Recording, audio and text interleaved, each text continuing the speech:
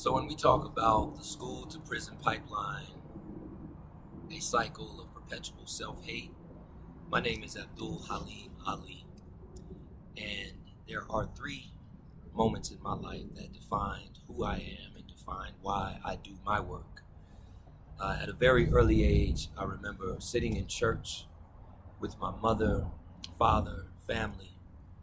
You look around the church, you see nothing but black and brown faces, except you would see one white face on the fans, an image of a blonde-haired, blue-eyed Savior. And in asking my mother, who is this on this fan, she would say, that's your Lord and Savior. And I would contend that. I would refuse that. I would rebuke that. I didn't want to believe that I had a Savior that didn't look like me. So that was the first step to the self-hate.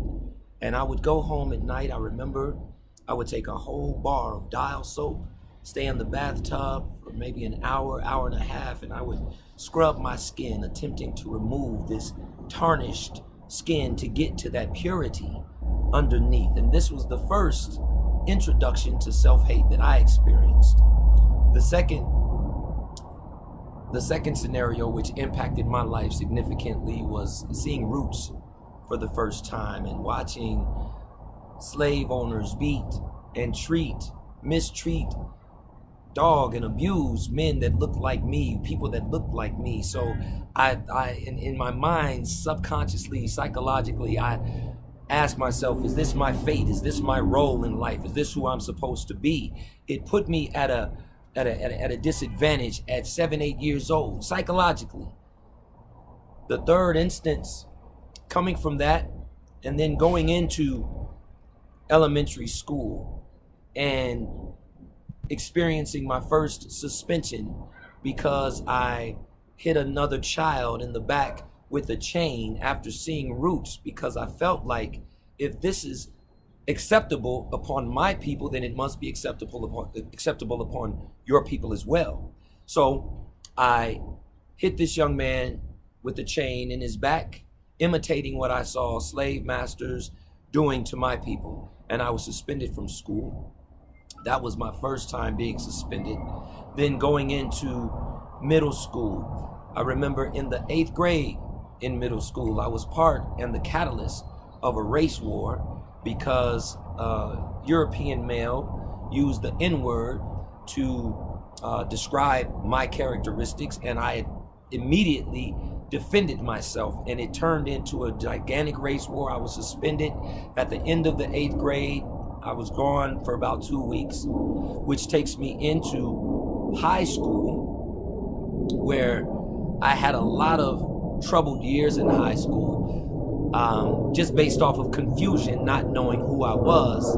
But it ended up in a standoff with the administration in an APS high school, where they put niggas with attitude clothing should be banned from this particular high school. So when I confronted the administration and I asked them to describe to me what niggas with attitude clothing is, they said it's the matching baseball hat with the matching baseball jacket.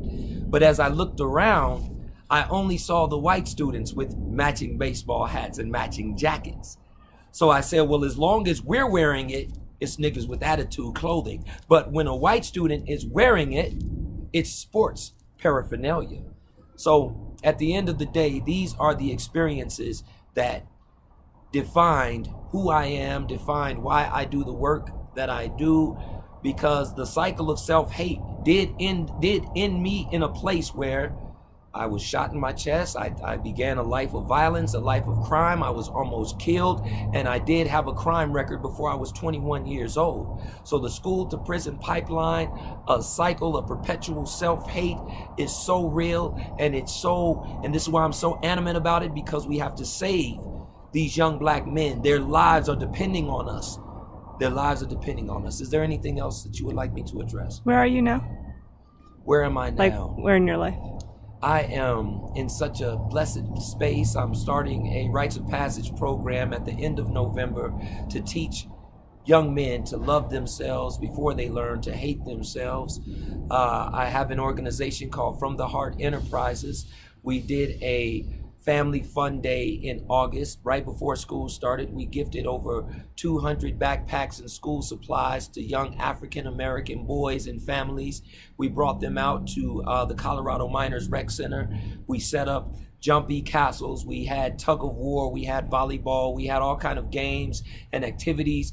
This past Sunday, the same organization, we had all of the young boys stand in an assembly line and compile bags full of hygiene products, toothpaste, toothbrushes, soap, deodorant, and you have the young ladies putting together containers of spaghetti and salad and things like that. Then we all got out together to St. Francis off of 23rd and Curtis, and we fed over 150 homeless people. So we are very passionate about this work. We're very passionate about bringing something constructive into the lives of these youth so they know that trouble does not have to be an option and it's not their only way out. And have you only been in Aurora Public Schools for your middle school and elementary school? I was expelled. After the incident with the newspaper, I was expelled from all APS high schools, and I was sent to George Washington. At that point, I was shuffled through the system. I had lost all hope. I began drinking in the middle of the day. You know, when we had a break, I was ditching class. I was never that type of student to ditch class. But at this point, I gave up. I gave up and I went to DPS and I was shuffled through the system. I didn't deserve to graduate, but because I had made an impression upon my teachers, they pushed me through the system. But I immediately went from George Washington, graduating from George Washington, into a life of crime. And how many times were you suspended before that, if you had to estimate? In Aurora Public Schools, 27 times. 27 times. When the principal, when the expulsion finally happened, I remember he brought out a file that was this thick before my mother and father and let them know we can't have him in any Aurora Public Schools. He has become a menace to society, a menace to the school system, and a juvenile delinquent of sorts. This is how they labeled me. And I embraced that. I accepted that as who I was. I let them define who I was. Thank you for sharing how you stood up against it. Yes, ma'am. My pleasure. Thank you.